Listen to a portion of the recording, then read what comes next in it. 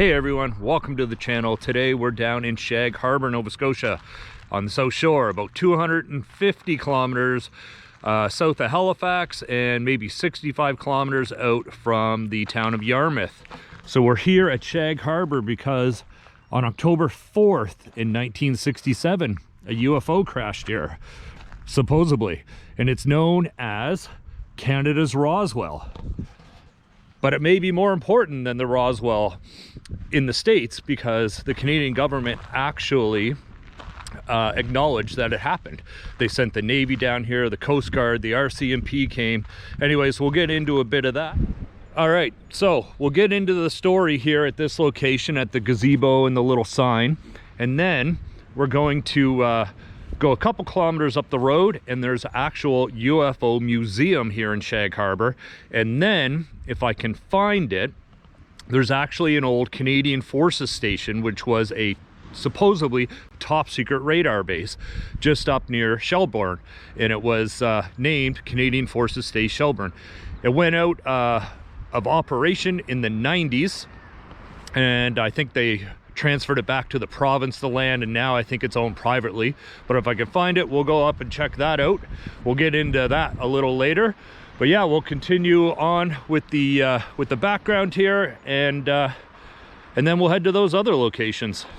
Okay, so this story all starts with Air Canada Flight 305. It left Halifax International Airport, and while en route to Quebec, they seen what they said was a brightly lit object trailing by 4 or 5 smaller lights. And then eventually there was a small explosion that they noticed. So they reported that, and then this story picks up in Sambro. So just off of Sambro, there was a fishing vessel with 20 people on board, and they noticed on their Deca radar there was 4 blips on the radar. So they went out onto the ship and they looked up 28 or so kilometers and they seen these bright lights in the sky. So they radioed that into Halifax to get clarification, and nothing came back. And there was another person in Mahone Bay who also radioed in some bright lights, and they never got an explanation either of what was going on. All right, so in the Halifax Harbor area, residents started reporting flashing or glowing lights in the sky around the harbor at about 10 p.m. on October 4th, 1967. And then about an hour and 20 minutes later, a group of people down here in Shag Harbour seen an object going probably about the speed of a car, they say, and they tracked it for a little while, and it almost made like a whistling sound. Then there was a giant whoosh and then a crash, and that crash happened right out here, I think only a few hundred meters offshore, so they could see the lights in the water. And then they notified the RCMP, and then it went up the chain, all like the Coast Guard, the Navy, and supposedly even an American U.S. Navy ship showed up to help with the search, because it was supposed to be an aircraft that went down, but no aircraft ever went down. But that's what people reported, because why would you think there was a UFO here? But that's what it is. It's never been identified, so we don't know if it was alien or if it was just maybe a U.S. new experimental plane or something like that. So finally the Navy and the Coast Guard and everyone gets down here and they start diving, and there's different reports. Apparently some scrap was hauled up. Some say nothing was found, but there was a weird foam on the surface of the water, and they said it smelled like sulfur. So very peculiar. And then there's even a report that the U.S. Navy ship that showed up towed something back to the States behind it. And just another thing to point out, the authorities checked with NORAD and with the Canadian Air Force, and all aircraft, U.S. and American, were accounted for that evening. So none military or civilian went down, or at least that they'll tell us, because it might not be alien, it might just be experimental aircraft, because it was right in the height of the Cold War. So lots of secrets going on back then, so of course they wouldn't be too forthcoming with any information. And this event has been seen multiple times in the press. It was covered nationally, in Canada, if not internationally, and it's also made its appearance on the regular like UFO alien shows on History and Nat Geo and all those types of channels. It's well known. They even actually have a convention. I know they did one for the 50th anniversary, which would have been 2017, I guess. So anyways, lots of footage to look up on this. And there's also an interesting theory that the crash may have been a Russian spacecraft that re-entered. I don't think anything ever came of that. But an interesting fact, that base I mentioned just up the road, it was like a spy radar submarine detection place. Anyway, that base picked up these objects on here. So anyways, the case, I believe, remains open and unsolved to this day, but the government acknowledges it, and they even say it is one of the best cases with concrete evidence. So hopefully someday we'll figure this all out. It's not looking good as time goes on, but very interesting. And if you're ever down in the Yarmouth or the Barrington Passage area, you might want to come and check this out. Definitely a cool little spot. And yeah, we're gonna carry on up to that museum now.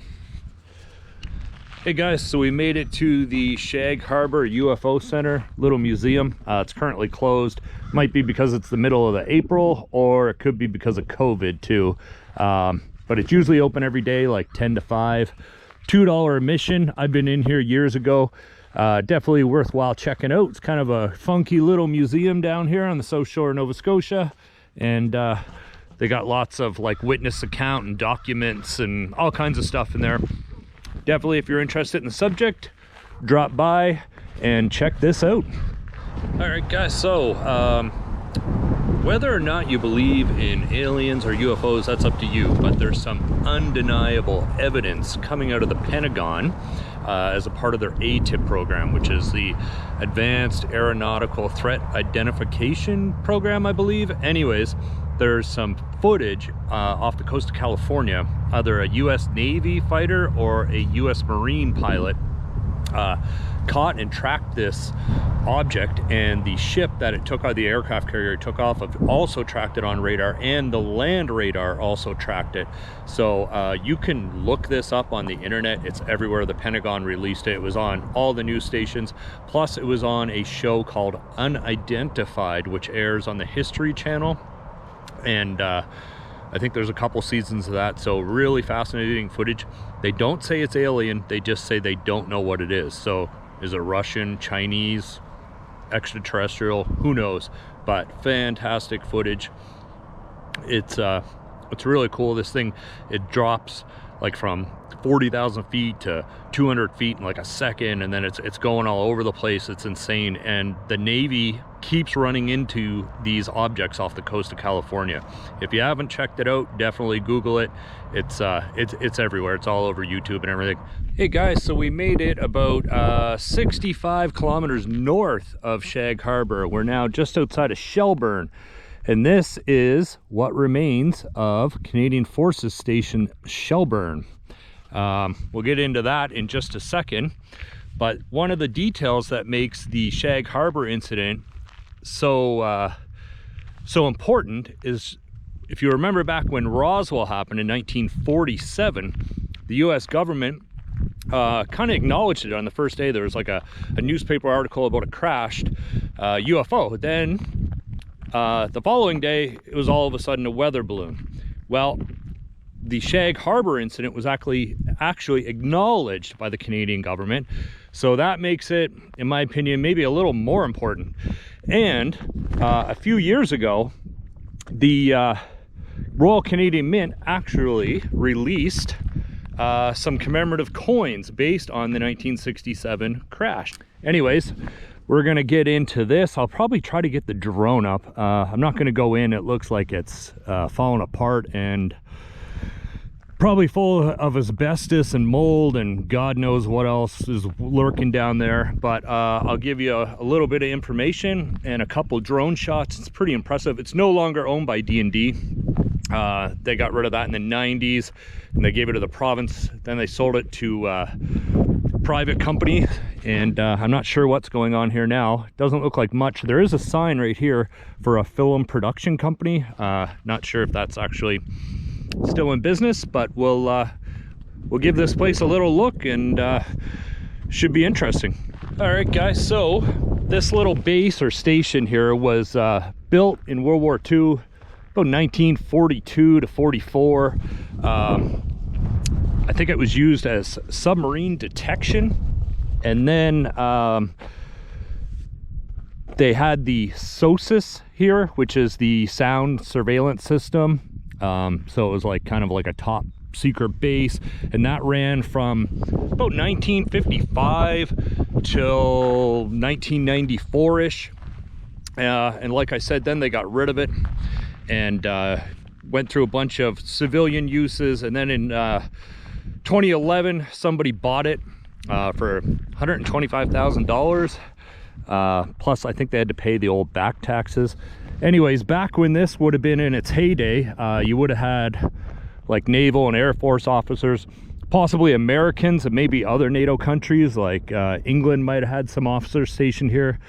I don't know if this probably would have played in with NORAD, I guess, sort of, although NORAD, I believe, tracks just aircraft and missiles, like ICBMs, and this is more of a naval structure, and they used the guise of ocean research to keep it a secret, although it's a relatively small area, so the locals definitely would have known this was here with all this big military presence in the area. Shelburne's just a small little town. And yeah, there is some videos on YouTube of people actually exploring it. So if you want to look it up, you can easily look up CFS Shelburne. And I know there's at least 2 YouTubers, local ones, that have gone through here, through the buildings. I think that was a few years ago. Looks pretty nasty, so I'm not going to bother with that. But we'll get the drone up and check it out. And this is the area where they tracked those 4 lights on that October 4th, 1967 with the crash. So they would have been tracking it from here. So it's kind of cool. I thought I would include it in the video. Hey guys, just another little piece of information in regards to the Shag Harbour UFO crash. The Canadian Defense Minister, who served from 1963 to 1967, the year the crash happened, Paul Hellyer, confirms that aliens exist and they've been visiting Earth for a very long time. He says there was originally between 2 and 12 species that visited. There was a galactic federation, and now he says up to 80 different species of aliens visit planet Earth. He says they're kind of annoyed with all the wars that we have and the creation of the atomic bomb. So, interesting little tidbit. And I also believe that the UK Defense Minister, can't remember his name, I'll find it and drop it below. He retired, and he came out saying that there's also all kinds of evidence in the Department of Defense over in England about UFOs visiting planet Earth and whatnot. Very interesting. The both of them have kind of made their rounds on like the alien shows and Ancient Aliens and all that kind of stuff, and you can find interviews with reputable news sources like CBC and CNET and whatever. So definitely check those 2 guys out. You probably heard of them before if you ever watched any alien shows or whatnot, but just thought I'd drop that little tidbit of information, since it goes with the Shag Harbour UFO crash. Yeah, I hope you enjoyed this, and we'll see you in the next travel video.